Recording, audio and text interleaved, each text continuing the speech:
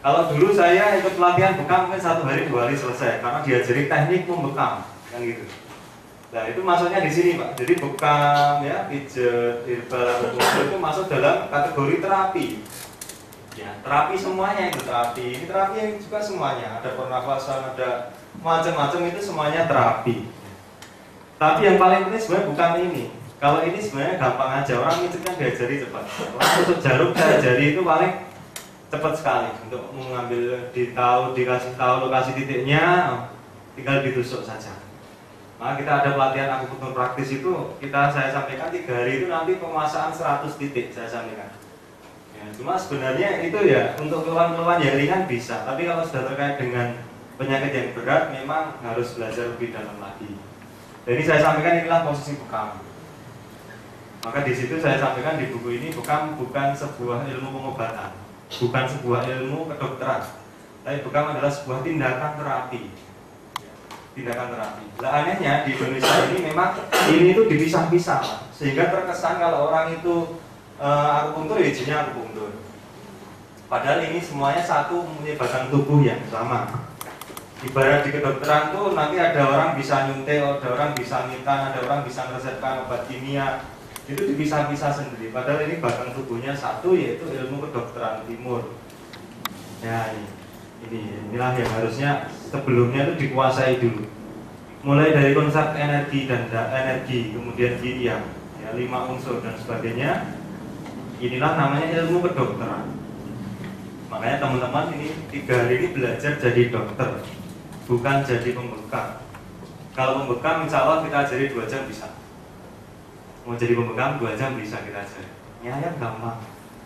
Dan nggak perlu takut, nanti saya ke dalaman gimana. Kita selalu nggak usah pakai latihan balon atau latihan daun ya. Nggak usah, langsung kita nanti bisa praktekkan. Insya Allah semuanya bisa besok. Ya seperti itu. Nah inilah yang saya sampaikan ya, karena dulu saya melewati sebuah fase yang saya memandang kok seperti ini bekam ya. Jadi orang cuma diajari bekam saja kan gitu. Keluhan apapun kadang ya udah dibekam kan gitu ya. Makanya kita harus tahu ilmunya. Makanya inilah yang perlu saya sampaikan. Kita akan memandang ini dari kacamata ilmu kedokteran, baik medis maupun tradisional. Ya kenapa kok dari ilmu kedokteran? Ya karena memang bekam itu ilmu terapi ya, bukan ilmu diagnosa. Jadi kalau kita memandang sebuah penyakit itu dari teman-teman yang medis maupun para medis sudah paham. Yang namanya bekam itu tindakan terakhir yang harus dilalui kan orang itu harus tahu kan fungsi normal tubuh, katakanlah misalnya fisiologi. Ya kemudian nanti anatomi kan harus paham juga kan itu. Ya, kemudian nanti proses penyakit misalnya patogenesis atau patologi lah katakanlah gitu ya. Ini bahasa mudahnya. Dan nanti baru bicara tentang terapi. Nah terapi ini kan cabangnya banyak. Cabangnya banyak sekali. Oke, ini akan saya berikan pengantar dulu tentang bekam. Bekam ini memang alhamdulillah sudah masuk di Indonesia sudah lama sebenarnya dan berkembang sangat pesat sekali, ya, sangat pesat sekali. Bahkan konon di Indonesia ini sudah sekian ribu pembekam, sudah sangat banyak sekali. Nah inilah nanti juga masuk di dunia di dinas kesehatan tuh tergantung pelakunya siapa. Kalau pelakunya bukan dokter, maka nanti masuknya di batang pengobatan tradisional. Ya, nanti ada lagi. Ini nanti bisa akupunktur, bekam, ramuan, ya, sinse dan sebagainya itu masuknya di sini Pak. Batra, pengobatan tradisional. Nah, kalau dokter yang menekuni dunia ini nanti dia masuknya ke komplementer CAM, komplementer dan alternatif medicine. CAM, ini pelakunya dokter. Dia bisa dokter bisa praktek bekam, boleh praktek akupunktur, boleh praktek afasin, boleh praktek herbal. Nah, kemudian yang ketiga, ini informasi yang terakhir, ini nanti ada dokter sertifikasi jamu, DSG, dokter sertifikasi jamu. Jadi dia dokter saintifikasi jamu, saintifikasi jamu. Jadi jamu mulai dinaikkan derajatnya. Nah, nanti ini sudah banyak dilakukan dan dinas kesehatan sudah memberikan pelatihan-pelatihan. Pusatnya di Tawangmangu, punyanya Menkes. Tawangmangu Karanganyar. Dan pasiennya luar biasa, di sana sangat banyak. Dan pasien itu membawa ramuan Pak, bukan kapsulan. Kalau di sini kan kapsulan, di sana sudah simplisia, bentuknya simplisia. Dan ini mulai dikembangkan. Ini makanya ini posisi di Indonesia seperti ini. Lah nanti teman-teman yang bukan dokter masuknya di sini Pak, Batra. Nah Batra ini nanti yang derajat yang paling tinggi, maksudnya sudah punya kurikulum itu baru ini Pak, baru akupunktur. Ya. Surat izin praktek pengobat tradisional itu harus sudah punya kurikulum. Maka akupunktur sudah punya kurikulum, bekam belum punya. Kurikulum itu gimana? Kurikulum itu ya semuanya ada alasannya, ada mekanismenya. Contoh misalnya kenapa kok orang dirusak sini, itu ada alasannya. Karena seperti ini, seperti ini, seperti ini. Hanya bekam ditanya, kenapa bekam? Ya nggak tahu, ngaku kita ini kayaknya bagus di bekam kan gitu. Nah itulah nanti kita lihat sudut pandang bekam dari ilmu kedokteran timur. Saya berusaha menjelaskannya dari kedokteran timur sama kedokteran barat. Ya, seperti itu. Nah, bekam itu maksudnya di sini, Pak. Surat terdaftar pengobat, baru terdaftar saja. STPT ini, STPT. Kalau ini sudah STPT. Kemudian yang ramuan herbal Indonesia katanya sudah sampai ke sini nanti, sudah seperti akupunktur. Itu yang dilakukan oleh teman-teman ASPETRI kan, Asosiasi Pengobat Ramuan Tradisional Indonesia, khusus herbal Indonesia. Kalau herbal Cina masuknya mana? Sinse ya, pengobatan Sinse berarti sudah SIPT juga, karena sudah punya kurikulum dan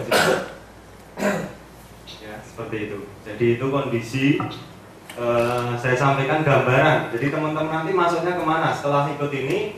Kalau pengen praktek, saya anjurkan ngurus ke dinas kesehatan. Ya.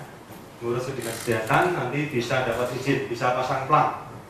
Misalnya Pak Suroto, ahli bekam, STPT nomor sekian, buka praktek tiap hari misalnya kan itu. Kan enak Pak, ada pelangnya. Nah, nanti derajat bekam lebih naik di masyarakat. Oh, ternyata bekam itu profesional. Ya, jangan tidak ada pelangnya, tidak ada ininya, tidak ada identitasnya kan gitu ya. Oke, itu sekilas tentang ini. Kemudian bekam di Indonesia, kalau saya mengikuti, sebenarnya saya termasuk pendatang baru Pak, baru kemarin sore. Makanya saya termasuk cukup terlalu awal dan cukup terlalu muda di dunia bekam. Senior-senior saya sangat banyak sekali, ya, sangat banyak sekali dan lebih usianya lebih jauh di atas saya.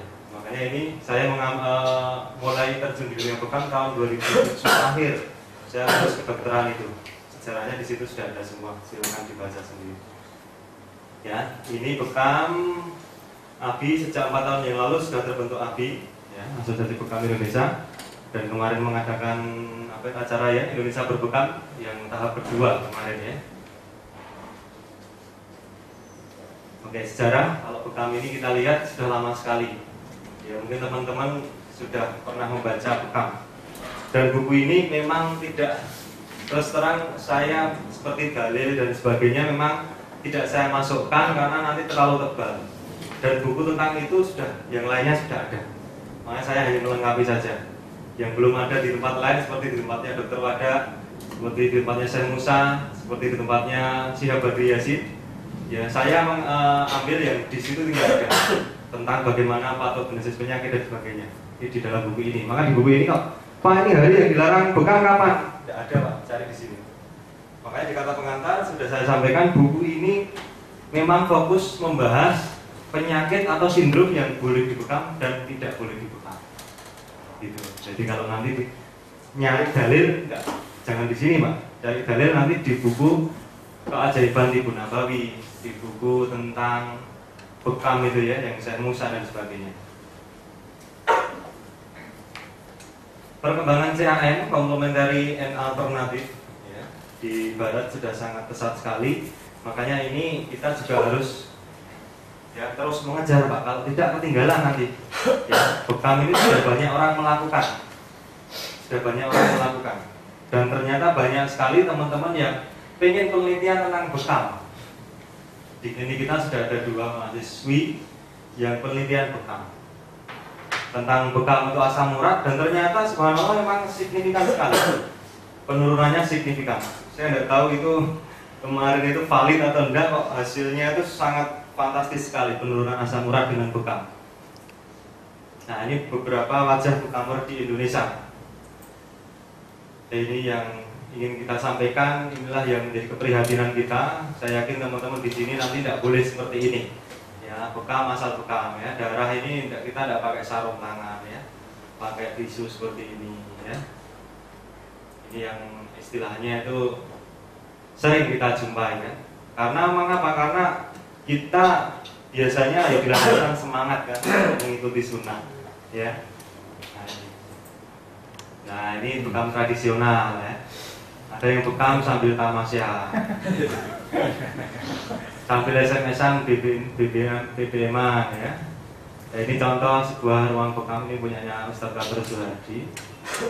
Ya kalau idealnya seperti ini, saya juga belum bisa mencontoh ya. Ya medis banget, boleh silakan. Makanya secara sterilitas kebersihan manut medis Pak, karena sudah ada penelitiannya ya. Nah, bisa buat klinik bekam seperti ini ya. Masih kan, jadi pasien datang itu yakin gitu Pak. Kalau pasien datang digelari kloso itu kan ya ini yakin pura gitu, nanti sembuh atau enggak kan gitu ya.